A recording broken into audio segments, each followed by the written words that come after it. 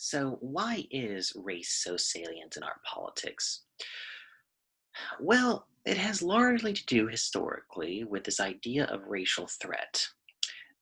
A group of people is only labeled as a minority if they represent some sort of existential threat to the majority.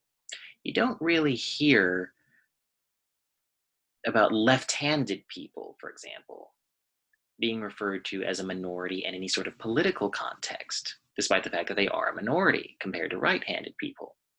You don't really hear about people with blue eyes being referred to as minorities in any political context because it's not relevant to any sort of political or social issue.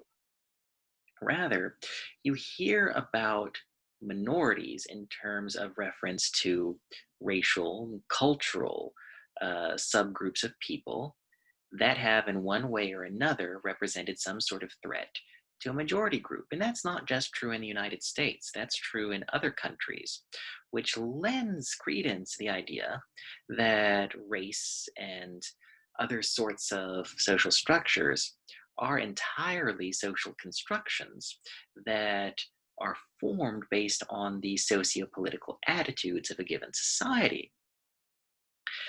I'm sure you may have seen the running joke after the presidential election of 2016 that many voters suffered from economic anxiety. It was this idea that some people had put forward that many voters who ultimately voted for Trump were suffering from economic anxiety because they felt that their livelihoods were threatened by new groups such as immigrants or things like that.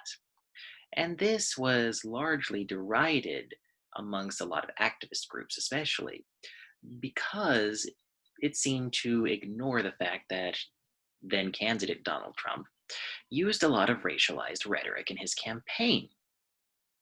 Now, the mechanism by which racial threat works is fairly straightforward, and what is remarkable about it is that it can be primed through very, very trivial and subtle mechanisms.